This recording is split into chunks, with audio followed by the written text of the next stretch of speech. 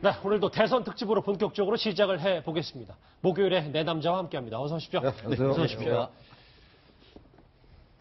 네, 오늘 뉴스특집 준비한 첫 번째 주제는 바로 이겁니다. 누군가는 이분을 이제 이렇게 부르더라고요.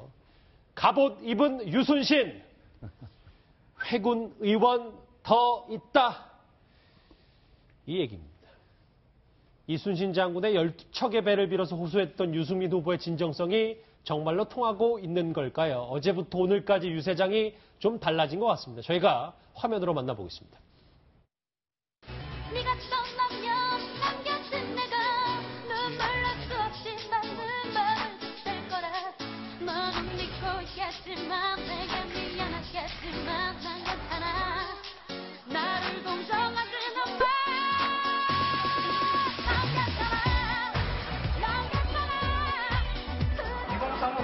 모여서 유승민 후보님에게 응원의 편지를 드리려고 합니다.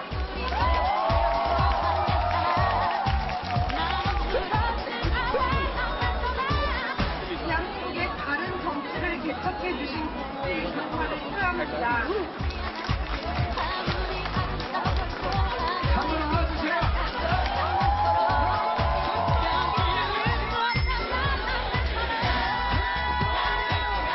남경필 지사가 저보다 모든 면이 다 훌륭한데 저보다 키가 조금 작습니다. 유승민 후보 당선을 위해서 격려하면서 둘, 셋!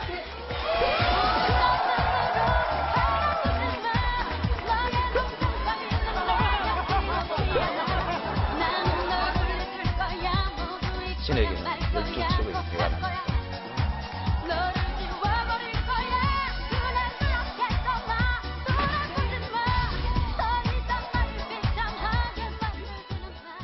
이름하여 유순신. 참 인생 어떻게 될지 아무도 모르네. 근데 이현재 의원님. 네. 유승민 후보에게는 전화위복은 분명해 보이는 것 같아요. 그렇죠. 이 정치라는 게 결국은 이제 뭐 세력도 중요하지만 명분을 어떻게 가져가느냐, 그리고 자신의 어떤 이미지를 어떻게 설정하느냐, 이게 굉장히 중요한데, 사실 유승민 의원 후보가 그동안 보면 이제 보수개혁이라는 말은 했지만 사실 뭐 배신의 정치다 뭐 이런 등등 배신의 어떤 굴레 때문에 상당히 그거 자체가 제대로 조명이 안 됐지 않습니까? 근데 이번에 아마 그 의원들 탈당으로 해서 이 보수개혁에 대한 어떤 아이콘, 이런 것들을 이제 온전히 이제 본인이 가져가는 것 같아요. 예. 물론 이번 선거에서는 뭐 사실 이제 여론조사를 보면 상당히 어렵겠지만, 그런 앞으로 중요한 정치적 자산을 많이 얻은 것 같습니다. 결국 이제 유승민 후보가 앞으로 정치하는 데 있어서 오늘의 어떤 이런 것들이 상당히 전화위복이 돼서 어떤 나중에 어떤 정치적 진로가 상당히 좀 열리지 않을까라는 그런 또 추측도 해봅니다. 예, 앞서 보신 영상 속에서 남경필 도지사 모습도 볼 수 있었는데 뭐 선거법 때문에 자유롭진 않겠지만 유승민 후보를 좀 적극적으로 돕는 것 같아요. 근데 지금 노골적으로 돕기는 좀 어렵잖아요. 아무래도 현직 지자체장이기 때문에 그렇죠. 돕는 게 좀 쉽지가 않은데요. 우리 지난번에도 이제 민주당 경선이 끝나고 난 다음에 안희정, 이재명 뭐 두 명의 이제 후보가 결국 선거를 도와줄 수가 없는 처지가 되니까 부인들이 나서서 선거를 도와주는 이런 모습도 봤는데요. 예. 그러니까 남경필 지사 같은 경우에는 사실 좀 특별한 의미가 있습니다. 경선 끝까지 같이 이제 경쟁했던 후보이기도 하고, 또 지금 이른바 이제 새누리당에서 새로운 이제 신진 젊은 세력 50대 기수론을 얘기할 수 있을 만한 세력이고, 또 합리적 보수를 대표하는 인물 중에 한 명이었기 때문에 유승민 후보한테 이번에 이제 좀 힘을 실어줘야 되겠다 이렇게 생각을 했던 것 같습니다. 지금 바른정당 그 사태를 보면서 저는 그런 생각이 드는데요. 정치는 뭐 거창한 논리나 이런 게 필요한 게 아니고요. 대중의 정서와 여론을 읽는 능력, 그 직관력이 있어야 한다 이런 얘기가 있는데, 예. 유승민 후보가 딱 지금 그런 직관력을 가지고 있었던 건 아닐까. 그런 대중의 흐름이 어떻게 흘러갈 것인지를 꿋꿋하게 후보가 소신 있게 보이는 모습을 보면서 국민들이 이런 부분에 대해서 이런 정치인들 좀 필요하지 않을까 이렇게 좀 환호하고 있는 거 아닐까 싶습니다. 남경필 지사가 이제 긴 호흡으로 정도를 가야 된다는 말을 했는데, 저 말이 조금 뭔가 유승민 후보에게는 지금 그 말을 대변해 주는 건가라는 생각이 유권자에게 들 수도 있겠습니다. 지금이야, 어제 연설 좀 유세장 대단하네, 유승민 후보 연설. 근데 최 변호사님, 지금이야 조금 이제 환호도 있고 옆에 주변 의원들이 도와주고 있지만 사실은 가족밖에 없었잖아요. 이제 가족들이 전국 흩어져서 각계 전투하고 있다면서요. 그렇습니다. 의원들은 다 어디 가고 정말 물보다 훨씬 전하는 피가 밖에 지금 거리에서 도와주고 있는데요. 어제 같은 경우에는 이른바 남남북녀 전략이 아니었나 이렇게 봅니다. 그 아버지인 유승민, 아들인 그 유훈동 씨는 TK와 PK 지역을 이렇게 훗고 또 부인과 그 유담 씨 같은 경우에는 서울 지역에서 남남북녀 전략이라고 할 수가 있을 것 같은데요. 결국 그 아들 같은 경우에는 부산에 갔다가 다시 서울로 와서 해처 모여서 서울에서 이제 어머니 여동생 그리고 또 가족들이 이렇게 모이는 것을 하고 있는데 특히 그 아시다시피 그 딸 유담 씨 같은 경우에는 이 젊은 층에 굉장히 인기지 않습니까? 그러다 보니까 서울에 있는 유력 그 대학교를 위주로 해서 동선을 쭉 잡고 있는데 신촌에서 그리고 또 한양대에서 또 이렇게 어떻게 보면 그 서울로 봤을 때는 이 서쪽과 동쪽과 북쪽을 쭉 흐른 그런 모습이 있었는데 나름대로 아주 효과적인 특히 젊은 층에 대해서는 굉장히 호소하는 전략이 아니었나 싶습니다. 그렇군요. 예, 말씀하신 것처럼 오늘은 딸 유담 씨랑 같이 대학가를 돌고 있는데 네. 이런 생각도 들어요. 유세 초반에 좀 TK 지역에 올인하는 면이 있었는데 아예 초반부터 뭐 수도권이나 젊은 층을 겨냥했으면 좀 승산이 있지 않았을까 이런 생각도 드는데요. 예, 저도 똑같은 생각입니다. 사실은 그 초반전부터 그러니까 수도권을 중심으로 집중 공략을 했더라면 아마 지지율이 여론조사에서 지금보다는 훨씬 높게 나왔을 가능성이 높다 이렇게 생각을 해요. 그러니까 수도권 지역에서는 이미 유승민 후보에 대한 긍정적인 평가가 이미 오래전부터 좀 나오기 시작했거든요. 자, 그런데 유승민 후보로서는 그래도 TK를 좀 이제 무시할 수는 없었던 그런 측면이 있는 것 같아요. 그래서 어찌됐건 본인의 어떤 정책 고향이 거기이기 때문에 그곳으로부터 좀 인정을 받아야 이게 모든 것이 시작이 된다라고 이제 생각을 했던 것 같고, 이제 수도권 표심이라든가 특히 이제 가장 지금 눈길을 좀 끄는 것이 20대 표심인데, 예. 20대 표심은 그야말로 사심 없이 투표를 하는 계층이란 말이죠. 예. 그런데 20대 유권자가 그동안 그러니까 안철수 후보나 문재인 후보에 대해서 보였던 관심을 이제 유승민 후보로 조금 돌리고 있는 그런 상황이어서 이것이 의외로 좀 어떤 효과를 이제 앞으로 내게 될지 좀 관심 있게 좀 지켜봐야 되는데 예. 수도권 민심은 확실히 긍정적으로 바뀐 건 분명한 것 같고요.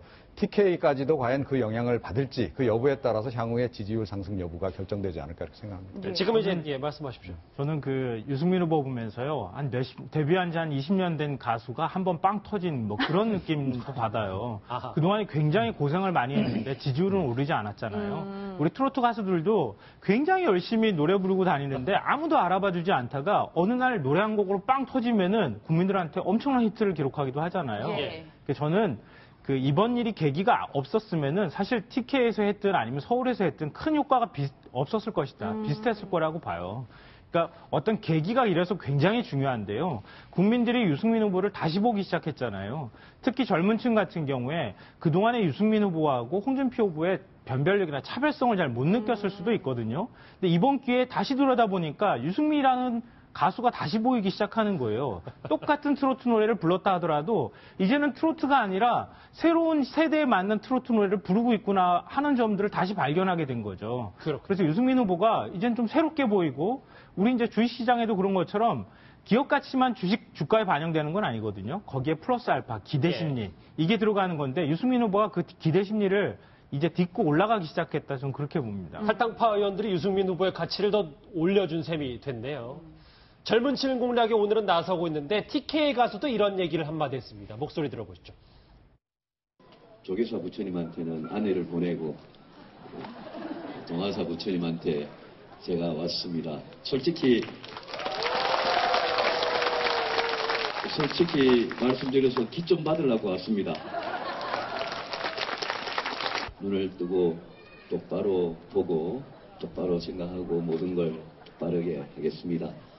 제가 늘 존경하는 김부겸 의원님께서 요즘 선거운동 하실 때 문재인만 너무 열심히 운동하시는 것 같은데 마지막에 한 10초만 제 이야기도 좀 해주시면 감사하겠습니다.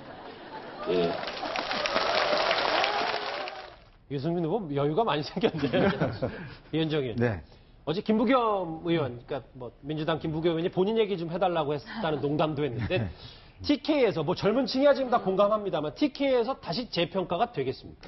일단 이제 대구의 동화사라는 데가 참 불교의 그 본산이죠. 사실 제가 좀 굉장히 정치인들이 동화사를 중요시한 이유가 대구 경북의 민심을 굉장히 저기서 많이 좌우를 합니다. 사실 이제 예전에 뭐 노태우 대통령도 그렇고 그런 본산인데 아마 이 조계사에 오지 않고 이제 대구 동화사를 간 이유가 분명히 있는 것 같아요. 아마 어머니께서도 제가 알기로는 이제 아마 이쪽에 열심히 다니신 걸 알고 있는데 특히 이제 대구 지역에서 어떤 면에서 보면 그동안은 대구 같은 경우는 이제 어떤 인물론보다는 일단 이게 지금 양쪽 갈라치기, 예를 들어서 우리 편이냐 아니냐, 그다음에 이 사람이 과연 이제 안보관이 튼튼하냐 마냐 뭐 등등 어떤 인물에 대한 개별적 평가보다는 이제 박 전 대통령에 대한 평가를 중심으로 해서 봤고 또 당이 어디냐 이걸 중심으로 이제 봐왔거든요.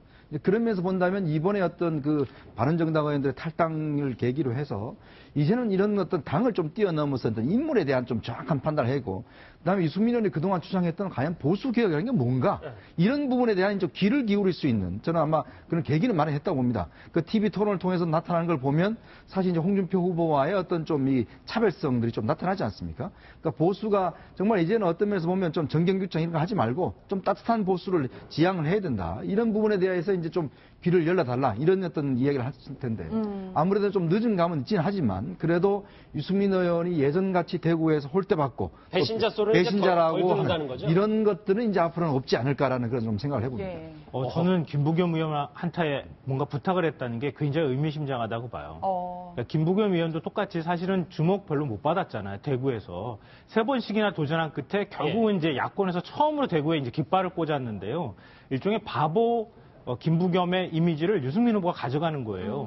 그러니까 우리 노무현 전 대통령의 경우에도 부산시장 3번 도전했다가 겨우 이제 그래도 안 됐잖아요. 그래서 바보 노무현이라는 별명 얻고 그리고 나중에 대통령까지 되지 않았습니까? 예. 소신 있는 정치인, 알아봐주지 않아도 자기 소신을 위해서 자기 한 몸 던지는 정치인의 이미지를 김부겸 의원하고 같이 비교되면서 가져갈 수 있다. 이런 점에서도 이 김부겸 의원한테 뭔가를 부탁하고 김부겸 의원이 그걸 받아서 내가 당신에 대해서 얘기해 줄게라고 하는 게 대구 민심을 흔드는 데는 상당히 효과가 있을 거라고 저는 생각해요. 바보 유승민이다. 그러니까 어쨌든 지금 저희 뉴스 초반에 네 분도 유승민 후보의 이런 도약을 좀 호평하고 있는데 캠프 내에서도 이 목소리를 다 듣고 있을 겁니다. 유승민 캠프 내 목소리 한번 들어보시죠. 유승민 후보 주저앉히려는 여러 가지 일들이 있었잖아요. 그러다 급기야는 이제 전쟁 중에 아군을 아주 빼버리는 당이 풍비박산이 나는 상황까지 왔습니다. 이런 이제 행태에 대해서 많은 국민들이 좀 분노하고 계십니다. 네. 그리고 이제 유승민 지지로 이제 돌아서는 일들이 지금 많이 생기고 있고요. 실제 뚜껑을 열어보면 얼마 전까지 발표된 여론조사보다는 상당히 많은 그런 표가 나오지 않겠는가. 예, 뭐 상당히 많은 표가 나오지 않겠느냐 이렇게 말을 하고 있는데 네. 오늘 사전선거 시작됐어요. 유승민 후보에 대한 성원이 실제 득표로 이어질 수 있을까요?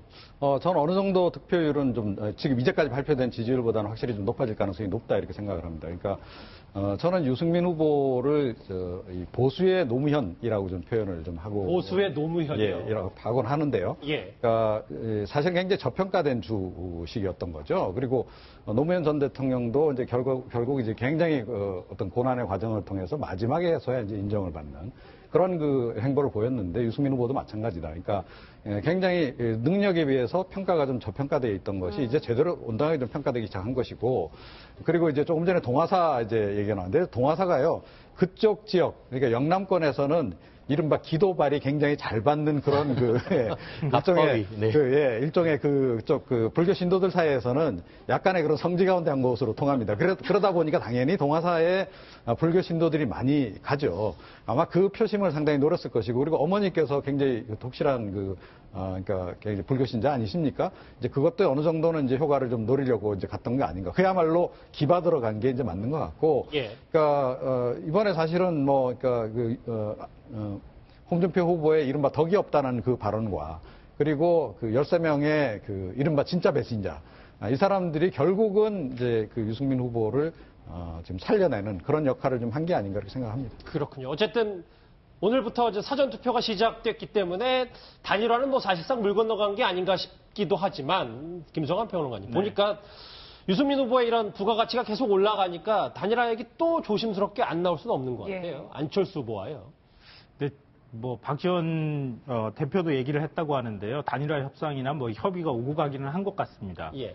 근데 한번 생각을 해보세요. 지금 안철수 후보가 더 급한가요? 유승민 후보가 더 급한가요? 단일화하는 데 있어서. 저는 유승민 후보가 하나도 안 급하다고 생각해요. 그러니까 안철수 후보가 급한 거예요. 안철수 후보는 유승민 후보를 얹어야지 대통령 당선 가능성이 훨씬 높지만 예. 유승민 후보는 완주만 하더라도 이번 대선에서 가장 큰 승리자가 될 수 있어요. 충분히. 그러니까 마라톤에서 우리 기록은 제대로 안 나오지만 끝까지 완주하는 선수한테 국민들이 박수 쳐주고 그 선수가 나중에 정말 좋은 기록 냈을 때 더 많은 박수나 응원이 쏟아지는 거거든요. 그러니까 유승민 후보는 지금 완주하는 것이 이번 대선에서 가장 큰 승리를 가져가는 것이다. 근데 안철수 후보의 입장에서는 유승민 후보 효과를 같이 얹어서 갈 수 있다면 뭐 금상첨화가 되겠죠. 근데 그런 면에서 국민의당이 유승민 후보를 뭔가 이렇게 원하는 그런 구애를 하는 것들은 저는 있을 수 있다고 보는데요. 근데 현실성 없다. 이제는 뭐 단일화하는 그런 것들은 이제 다 물 건너갔다. 좀 그렇게 생각해요. 아마 현실성 없는 문제인 것 같아요. 제가 볼 때는 이게 참 안철수 후보가 항상 한 발짝 좀 늦어요. 솔직히 이야기해서.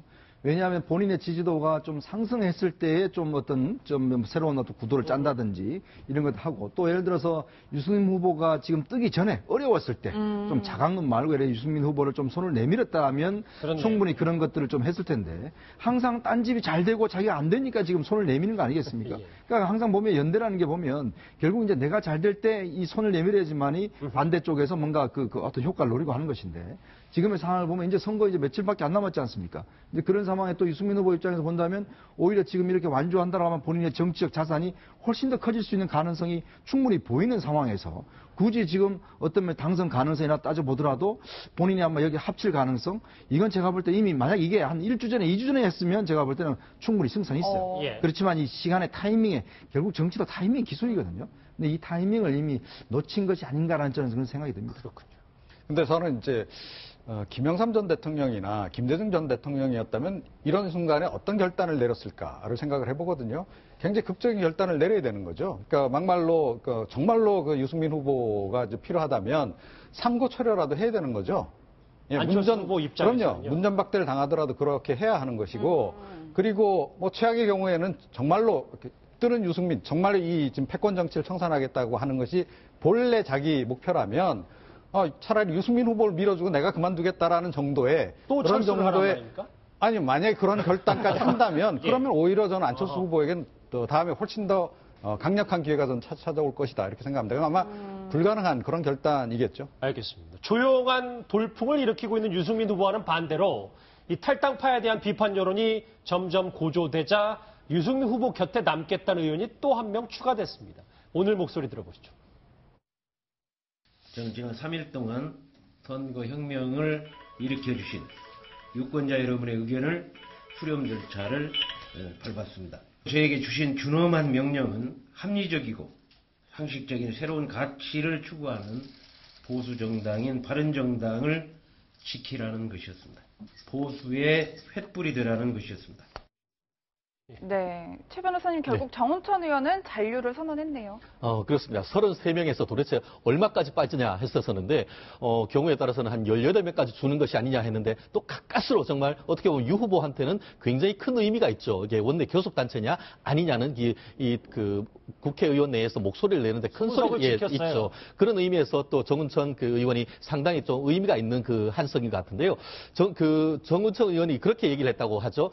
12시, 지난주 화요일 날 전화를 TV 토론 끝에 전화를 해서 이 보수혁명 정말 같이 하자라고 해서 호소를 했답니다. 그거에 마음이 동했다고 하는데 이런 전화를 왜 이렇게 좀 늦게 하셨는지 지난 주말에 어떻게 했습니까? 도와주지 않으려고 하면은 경고하건대 가만히 있기라도 해라 이렇게 얘기를 했었고 제가 아는 그 바른정당 의원님 한 분은 그 얘기에 상당히 어떤 속이 상했다라는 얘기를 했었었는데 이렇게 당내에 있는 의원들부터 이렇게 챙긴다라고 한다고 하면은 뭐 마치 저에게는 신에게는 12척의 배가 있어서 이렇게 그 어떤 전투를 이겼듯이 나머지 그 남은 기간 동안 완주할 수 있는 것은 이런 지역구의 의원들 아니겠습니까? 제가 보기엔 뭐 잘하면 지금 집 밖으로 나갔던 12척의 배를 다시 들여올 수 있을 것 같아요. 그러니까 조금만 유승민 후보가 노력을 하면 될 것 같고 그런데 사실은 이분들 진짜 이번에 반성 좀 해야 되고요. 다시는 탈당한다 이런 얘기 좀 안 꺼내줬으면 좋겠다 이런 생각이 지금 이제 이종훈 박사님께서 12척의 배가 다시 돌아올 수 있다 없다 해서 저희가 좀 진짜 몇 명이 다시 번복하고 아니면 마음 그대로 자유한국당으로 완전히 갈 건지 이걸 좀 참 짚어보려고 그래요. 탈당 번복을 고민 중인 의원들이 더 있는 것으로 알려졌는데 좀 더 말씀드렸던 것처럼 깊이 봐야 될 것 같습니다. 바른정당 하태경 의원 만나보겠습니다. 의원님 안녕하십니까? 예, 안녕하세요. 하태경입니다. 제가 어제 장지원 의원과 통화를 했는데 큰 고민 중이라는 얘기까지는 들었었거든요. 그 의원님 당 내에서 뭐 장지원 의원이라든지 김성태 의원 다시 돌아올 거라는 얘기를 혹시 들으셨습니까? 예, 좀 서로 다른 이야기들이 들려오고 있어서 예. 확실한 건 모르겠는데 어떤 이야기는 오늘 중으로 다시 복당 신청을 하겠다 하는 의원 이름도 좀 들려오는 게 있고요. 12명 나갔던 12명 중에서요? 예. 근데 이제 또 모르죠. 지금 보시면 알겠지만 이제 자기 마음 자기가 모르잖아요. 당장 내일 내가 어떤 마음을 먹을지 오늘 모르고 이런 상황이기 때문에 이제 해야 하는 거지 하는 생각이 있고 이제 그보다 더 중요한 것은 어쨌든 이제 후보하고도 이 문제를 이야기를 했는데 후보는 굉장히 자기 탓이다. 유승민 후보가요? 예, 그죠. 이제 지지율이 좀 높았으면 내가 잘해서 근데 내가 잘 못해서 부족해서 이런 일이 일어났다 하고 굉장히 미안해하시죠. 미안해하시고 또 이제 동료 의원들 입장에서도 저도 사실 단일화를 지지하는 입장이었습니다만 이제 어쨌든 후보가 함께 가는 것이 우리가 뽑은 후보이기 때문에 민주주의 원칙에 맞다. 물론 이제 다양한 의견이 있지만 최종 행동은 후보랑 함께 가야 된다. 이제 이런 원칙을 공유하려고 노력을 했는데 어쨌든 지금 12분이죠. 그렇죠? 12분이 다 친한 분들입니다. 저도 인간적으로 굉장히 힘들고 어쨌든 다시 한번 중심을 잡아주셨으면 하는 마음 가지고 그렇군요. 예, 의원님 그런데 이 점도 굉장히 중요할 것 같은데 12명 중 일부가 만약 복당 신청을 다시 한다면 당내에서는 받아주자라는 의견이 있나요? 아니면 받아줄 수 없다라는 의견이 있는 건가요? 그 문제로 사실 저희들이 논의를 하고 있는데요. 만약에 복당 신청을 하면은 어쨌든 그 내용을 한번 봐야 될 것 같고요. 무슨 내용을 보는 겁니까? 그러니까 왜 복당하는지. 그러니까 복당의 변이 있을 거 아닙니까? 복당의 변이 있을 것 같은데. 의원님, 그럼 왜 복당한다고 쓰면 받아주실 건가요? 그러니까 그 상황에 대해서는 지금 어떤 가정을 해놓고 논의를 하긴 좀 힘들고 원칙적으로 우리가 품어 안는다는 원칙이 있습니다. 있는데 그 절차는 밟아야 된다. 지금 그렇죠. 그 복당이 이제 각 시당에서 1차 심사를 하고 그다음에 이제 최고위원회 그다음에 이제 의총에서 통과되는 이런 절차가 있을 겁니다. 그래서 복당이 국민들이 볼 때 우리 바른정당이 보수 혁신하려는 원칙을 또 저버린다. 여기에 대한 우려도 있는 겁니다. 그래서 복당 신청이 있더라도 그 복당을 하는 과정이 보수 혁신 흐름을 더 강화하는 방향으로 우리가 만들어 나가겠다 하는 그런 의지로 봐주시면. 알겠습니다. 하태경 의원님 하나만 더 여쭤볼게요. 홍준표 후보가 오늘 오전에 방금 전에 대선 전 복당, 그러니까 12명에 대해서 복당을 공식적으로 약속했어요. 그쪽 친박계에서 많이 반발함에도 불구하고 본인 밀어붙이겠다고 하는데 이렇게 되면은 또 12명은 또 고스란히 자유한국당 그냥 가는 거 아닐까요? 그러니까 홍 후보가 오늘 보니까 친박들도 다 징계 해제하고 바른정당 탈당파도 다 받자 이런 식으로 지금 하고 있는데 홍 후보가 저는 굉장히 착각하고 있는 것은 지금 홍 후보 지지율이 상대적으로 높은 이유는 홍 후보가 좋아서라기보다는 어쨌든 문재인을 막겠다, 문재인은 안 된다라고 하는 보수 표심이 그냥 간 거거든요. 그래서 대선 이후에는 이게 상황이 또 다르다. 대선 이후에는 보수를 부끄럽지 않은 보수가 누구냐. 이걸 또 국민들이 판단하지.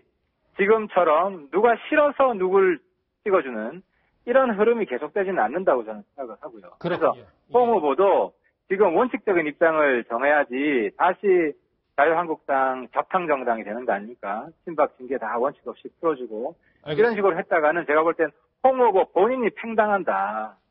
홍 후보는 지금 물과 기름입니다. 그 안에서 붕 떠 있고. 네네. 그런 자유한국당 내분이 또 심화될 거다 저는. 알겠습니다. 의원님 마지막으로 질문이 한 가지 더 있는데 저희가 대담을 나눠봤는데 오늘 사전 투표가 시작됐잖아요. 앞으로 유승민 후보 단일화 가능성 정말 없을까요? 지금은 쉽지 않을 것 같습니다. 왜냐하면 예. 저희들이 단일화 명분이 이제 문재인 후보 너무 불안하고 문재인 이길 수 있는 카드로 단일화 이야기 나온 거 아닙니까? 반문재인 후보에 몰아주자는 건데 지금 뭐 누굴 몰아주든 쉽지 않지 않습니까? 이런 상황에서 단일화의 현실적인 의미가 없다는 거죠. 그렇기 때문에 미래를 생각해서 소신껏 국민들이 누가 우리 대한민국 미래를 더 밝게 할 사람이냐 이런 소신 투표하는 것이 맞다. 예. 의원님 12명 중에 아까 번복하려던 의원 한 명 있다고 했는데 이름 여기서 밝혀주실 수는 없습니까? 아, 그거는 저는. 알겠습니다. 그럼 제가 뭐 따로 취재를 해봐야 되겠네요. 알겠습니다. 바른정당 하태경 의원에게 유승민 후보 캠프 내부 소식 들어봤습니다. 고맙습니다. 네, 감사합니다. 위원장님 얘기 들어보니까 한 명은 있는 건데 누군지 뭐 저희가 좀 수수께끼로 맞춰야 되는 건도 있고 본인 마음 본인이 모른다는 얘기가 계속 인상적이네요. 어쨌든 움직임이 다시 있나 보네요. 참 이 정치 환경이 참 예전보다 많이 바뀐 것 같습니다. 예전 같은 경우는 뭐 이런 식일 때는 뭐 당연히 여당에서 받아들이고 뭐 환영식도 하고 이랬을 텐데 참 국민 여론이 무섭긴 무서운 것 같아요. 특히 이제 정치에 우리 국민들이 이제 직접적으로 참여를 하게 되면서 이제는 더 이상 정치인들만의 정치가 아니라 정말 이제 시민들이 판단하게 되는 이제 그런 정치로 사실은 이제 올라간 것 같은데 문제는 제가 이제 앞으로 이 12명의 의원들을 어떻게 할 것이냐 이게 상당히 저는 중요한 쟁점이 된다 봅니다. 특히 아마 이 12명의 의원들은 지금 만약에 홍준표 후보의 그 계획대로 따르면 예전에 서청원 의원 뭐 지금 한 3년 당원권 정치 해놨잖아요. 그거 다 풀어준다는 거 아니겠습니까? 그러면 이분들이 뭘 하겠습니까? 지금 예를 들어서 들어온 의원들 같은 경우는 다들 지금 그 청문특위위원장, 법사위원장 다 그런 거 했던 분이에요. 그러니까 이들을 가만히 당연히 그 의원들을 공격을 하지 않겠습니까? 그러니까 그러면 결국은 자유한국당이 아니라 사실 이제 새누리당이 되는 거죠. 그럼 완전히 이제 옛날로 돌아가는 것이고. 자, 그럴 경우에 또 홍준표 후보가 만약 선거 이후에 과연 당내 입지가 있겠는가라는 그런 의심과 함께 또 지금 바른정당 입장에서 본다면 오로지 지금은 의원수 이거 좀 사실 의미가 없거든요. 뭐 20석이든 30석이 의미가 없습니다. 그러니까 오로지 이제 당의 어떤 정체성, 정말 국민들한테 어떻게 비칠 것인가 이것만 보고 가겠다라면 이 12명의 의원들을 어떤 다시 받아들이는 것도 사실 쉽지는 않은 일이에요. 그렇군요. 그러면서 본다면 아마 이 의원들은 자칫 공중에 붕 뜰 가능성도 저는 있다고 봅니다. 예, 이 탈당을 선언한 12명 의원들 선언한 지 한 3일 정도 됐는데 한 30년 같을 것 같아요, 본인들에게는. 그렇죠. 지금 그럴 수밖에 없는 입장이 됐는데요. 아마 국민들이 이렇게 반발할 거라고 생각을 별로 못했던 것 같아요.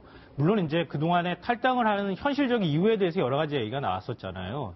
내년 지방선거도 걸려있고 지방선거에 지역 조직을 장악하고 있는 지방 기초의 의원들이라든가 이런 사람들이 출마를 해야 되는 상황인데 지금 자유한국당 지지율이 높은 상황이니까 자유한국당에서 당협위원장 다 지정해버리면 내년에 아무래도 그 현재 의원직 자리를 유지하기가 굉장히 어려워지는 수가 있거든요.